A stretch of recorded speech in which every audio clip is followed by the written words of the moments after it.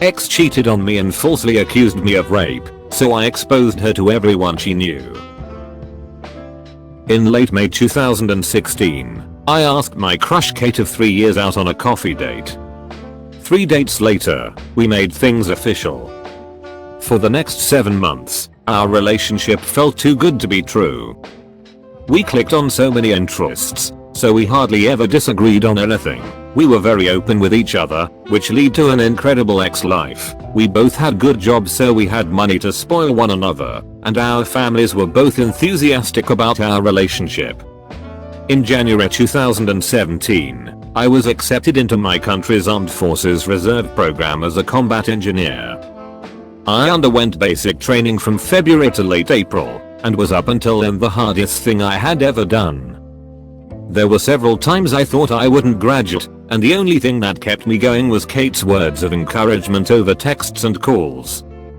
She was there when I received my BTC certificate, and never let me forget how proud she was of me. As part of my job in the reserves, I would have to go away in the summer for advanced training, between early June to late August. Kate fully supported me going 400 kilometers away to the training center and spending almost our entire summer break on work to further my military career. The summer was brutal on me. I was a social outcast from every clique that formed on our course, and was the butt of several jokes.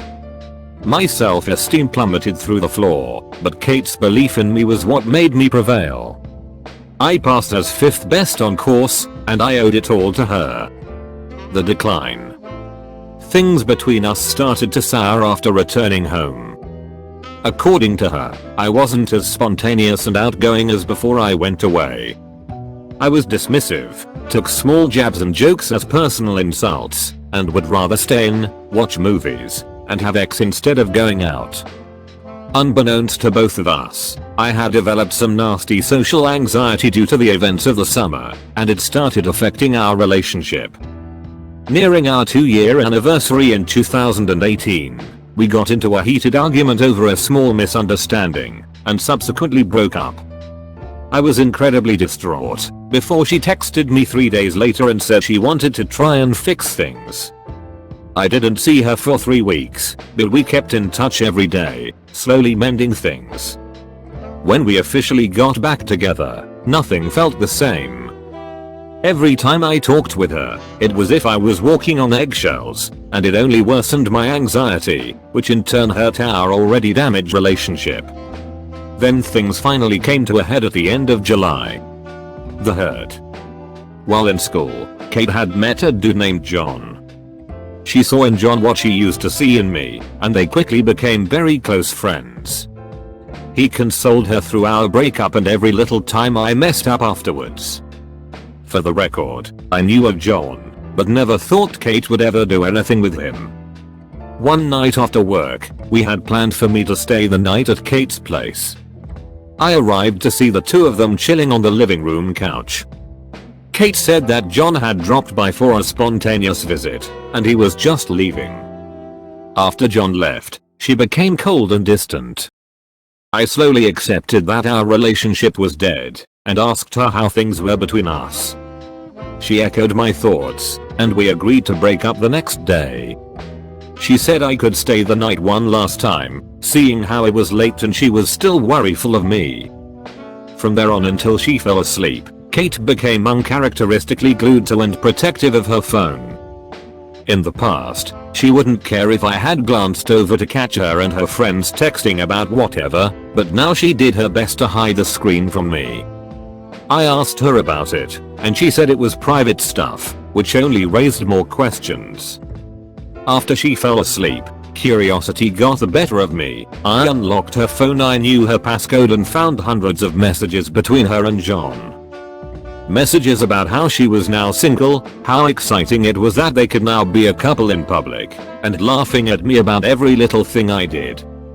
I quietly sobbed as I read through each hurtful text.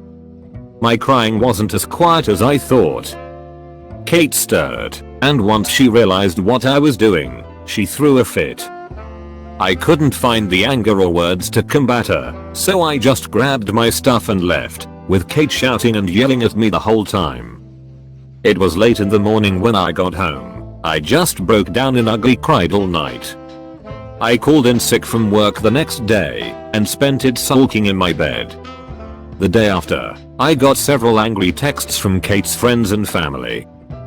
In a bid to save her image and denounce anything I might say about her, she told anyone she knew that I had forced myself upon her that night in one last attempt to get some before we broke up, and left after the deed was done. Though what I had done was scarring, she refused to press charges because she didn't want to make a circus of her life in court and was the bigger person by doing so. I spent the next few months in fear that her allegation would have me discharged from the army and my image forever tarnished, but nothing ever happened. The revenge. 5 months afterwards, Kate DM'd me. After pleasantries, she basically apologized for the whole thing and actually admitted to faking it, though she would never publicly admit it to save her own reputation. My image, be damned. This angered me, but I kept cool. I screenshot the texts and continued talking with her. Over the next 3 months, she entered into a cycle of events as follows. Complain about a current life situation, usually about John screwing up in their relationship in one way or another, and asking for advice. Lamenting our relationship, how I never screwed up like John did, how she wished we could go back to the way things were, blah blah blah. Ignoring me because John finally pulled his head out of his ass, did some huge romantic gesture, and saved their relationship. Going on a smear campaign on social media about our relationship, employing her friends for help, knowing in full that I would see it all, and trying to bait me into an argument. It would work. She would try to turn the argument around and paint me as the bad guy, and then block me for about a month, before repeating the cycle. This happened 3 times like clockwork, and always left me burned out and broken, but a part of me wanted it to happen. Each time it did, I took screenshots of every damning thing she said. I had a full SD card of everything I compiled before I finally decided it was time. Making several picture copies of the worst text messages I caught, I bought several manila envelopes and mailed them to everyone I thought would matter to Kate, her parents, grandparents, extended family she was super close with, best friends, work boss, co-workers, teachers, whoever I could find a mailing address for. I made sure that anyone getting the envelope would know that the texts were between me and Kate, and sent them off. Within 3 weeks, I got results. Some of the people who messaged me to shame and insult me before now apologized for their words. My favorite was from her own parents, who went on to say that they were deeply sorry about their daughter's behavior, how they raised her to be better than how she acted, and to please not pursue any legal actions. The thought had crossed my mind, but I didn't have the money nor the mental fortitude to fight a legal battle. I told them I'd think about it, and that they'd be the first to know besides Kate if I did. Kate sent me some texts as well, with things like how could you betray my trust like that, or you ruined my life you bastard. I didn't reply, I just read every angry text that flew in with a satisfied grin and then blocked her when they stopped. I never fully found out how badly her life was affected by my revenge, but I do know that she dropped out of school and no longer has a job. I hope John was worth it. TLDR, girlfriend cheated on me and falsely accused me of rape to cover it up. I endure her for a year, gathering evidence against her via text messages, and socially nuked her life. Edit. Thank you all so much for the kind words of support. A lot of people have been worrying about my mental state, so I thought I'd relieve those worries. I've been seeing a therapist for 3 months now, and have made significant progress. I can't begin to explain how much I owe her for helping me regain some semblance of normalcy in my life. Thank you for watching. Don't forget to like, subscribe and leave a comment.